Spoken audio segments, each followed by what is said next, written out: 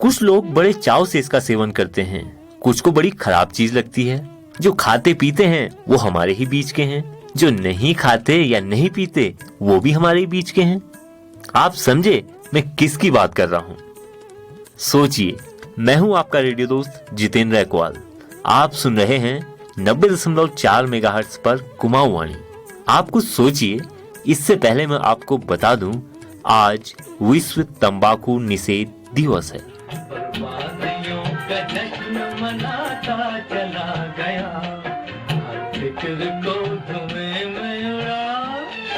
तंबाकू का सेवन करने वाले लोग हमेशा से ही यह कहते आए हैं कि सिगरेट उन्हें तनाव से निजात दिलाती है, लेकिन सच बात तो यह है कि यह हमें धीरे धीरे एक अंधे कुएं में धकेल रही है। एक सामाजिक नजरिया बता रहे हैं चिराग संस्था के डॉक्टर महेंद्र बिष्ट जी। सामाजिक, आर्थिक और उन परिस्थितियों से गुजरने वाले ऐसे लोग होते हैं जिनको समाज में एक तरह से जो है वो अपने आप को ही समझते हैं कि हम उपेक्षित हैं या हम पीड़ित हैं या हमें जो है कोई व्यवसाय करना नहीं आता। तो एक कुंठा होती है उनके मन में कि हम जो है ये चीज़ नहीं कर पाए हैं, या इस व्यवसाय में या पढ़ाई में या खेती में हम सफल नहीं हो पाए हैं।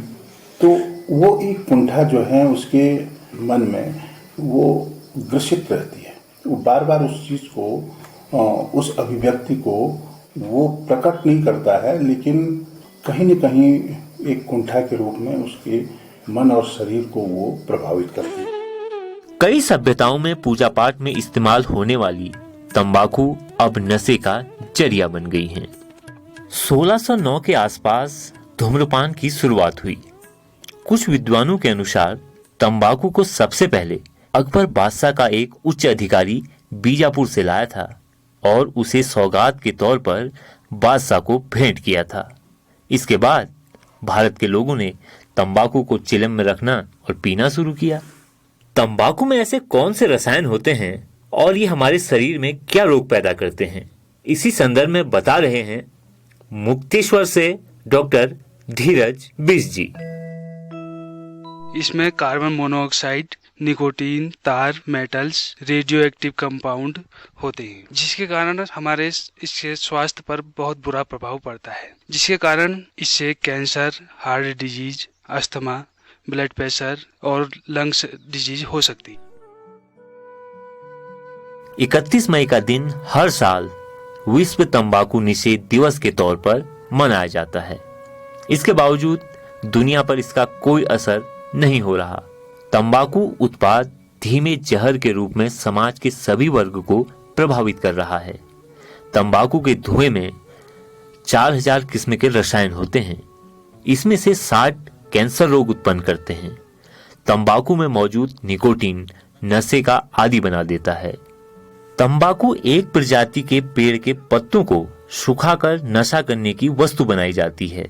दरअसल तंबाकू एक मीठा जहर है। धूम्रपान करने से इसका धुआं 7 सेकंड के अंदर मस्तिष्क में पहुंच जाता है और फेफड़े और धमनियों में घुल जाता है। हमारे समुदाय में भी कई सारे युवा आज नशे की प्रवृत्ति की तरफ बढ़ रहे हैं। इसी के संदर्भ में हमने बात की कैलाश चंद जोशी जी से, जो पूर्व में थानाध्यक्ष मुक्तेश्वर रहे हैं। क्योंकि 13 से लेकर 19 तक की जो युवावस्था होती है, इसमें बच्चे सीखने के वक्त काफ़ी प्रयास करते हैं और उनमें उत्सुकता भी बहुत ज़्यादा होती है। तो यही ऐसा वक्त होता है जब बच्चे ज़्यादा अट्रैक्ट होते हैं किसी भी चीज़ के प्रति।